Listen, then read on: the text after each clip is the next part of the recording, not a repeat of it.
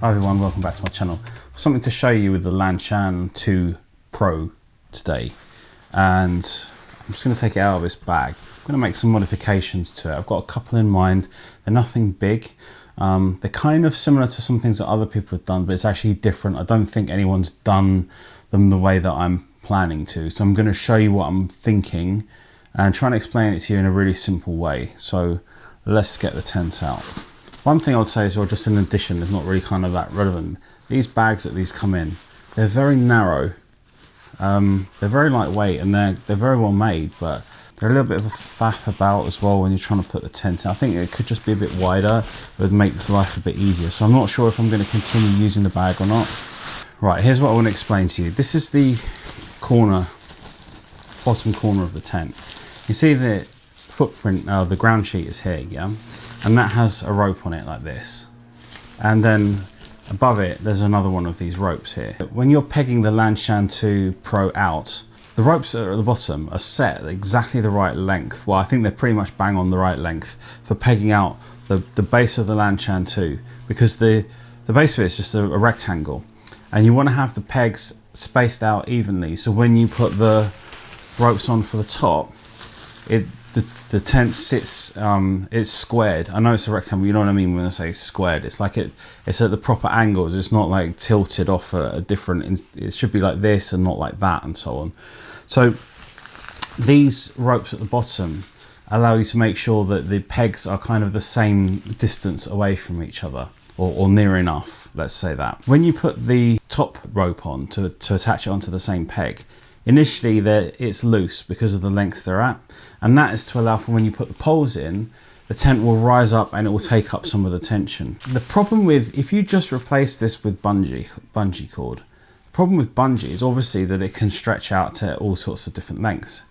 If you can imagine sort of the aerial view of the tent as being that rectangle, if you've only got bungee here, the problem that you have is that you don't know how far to pull out that cord. And if the pegs are in slightly different alignments, like this, let's say, when you put the top ones on, the actual whole tent will then become wonky. And then that's not good, because you'll get like, it will just be off balance. It's not gonna sit properly. You want the tent to be as squared off as possible and the pegs to be the same distances apart. So the tent sits how it's been made to sit.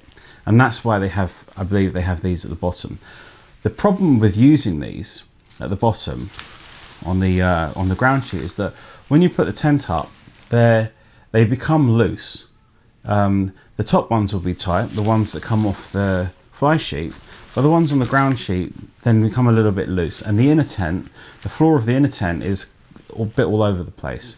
So what they've done is they put these on where you can, there's like a slip knot that you can pull, but it does work. It's just incredibly fiddly, and it's very hard to do. It's easy for me to do it like this when I'm holding it on the air. It's different when there's a peg like this on the ground and I'm trying to find it, and then there's resistance, and it's like, do you see the difference when I'm trying to, it's more like that. That's the experience. It's much harder to do. So the problem, if you like, is that I kind of need this in order to set out the peg distances, so that when I peg it out, everything's level and square. I kind of don't want this after that because of the fact that it's loose and it's hard to tighten up. So what I plan to do is run bungee cord from here to here. So when it acts as a hard stop. So imagine there's a bungee cord with this, like attached from this point to this point. When I go to peg it out, pull it out, that will create the hard stop for the bungee. So I can't stretch the bungee any further than this. But when I finish, and the pegs will go into the correct points where they're supposed to be. But as I then tighten up the top one, and this becomes a little bit loose, the bungee will then pull it back in. So that's what I'm proposing to do. One of the changes that I'm proposing to make is to just not remove these, use these to get the lines right, get the positioning, the distance of the peg, keeps it, every peg's going to be this far from this point always. So it keeps the shape of the tent, and then it will just pull in naturally because of the bungee cord and sort the floor out. And that's really good as well when the ground's not particularly flat. It will sort all of those problems out. It will add a tiny bit of weight. I don't care about this. For bungee cord, I think you can use 1 or 2 mil. I would say I'm gonna use 2 mil. I'll put a link in the description to the one that I'm using, the exact one that I bought. I'll give you that. The reason I went for 2 mil is because I can use it for lots of other things. I can use it for little bits of sort of webbing things to put on my backpack and so on. And I just think that the 2 mil is going to be a bit more robust than the 1 mil. I think 1 mil is probably enough though. But I like the idea of having the 2 mil because I just think, yeah, it's just that little bit stronger.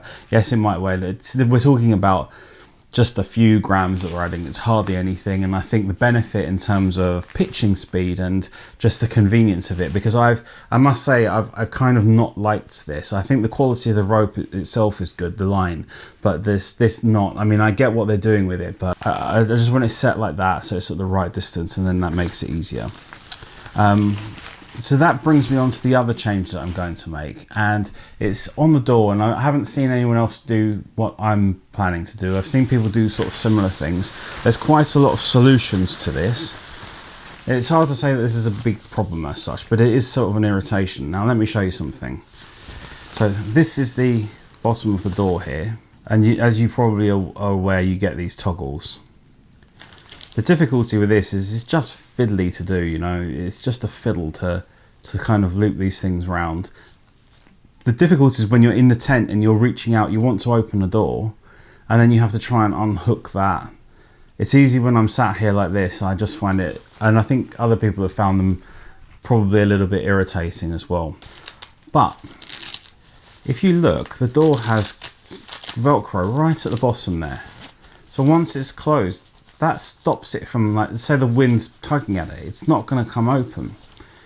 So what I'm thinking is that I can do away with this hook completely. So I can just use this piece of material that they've got here, this kind of tab, take the hook system off, untie this from the door, and just run it through that so it becomes one on one side only.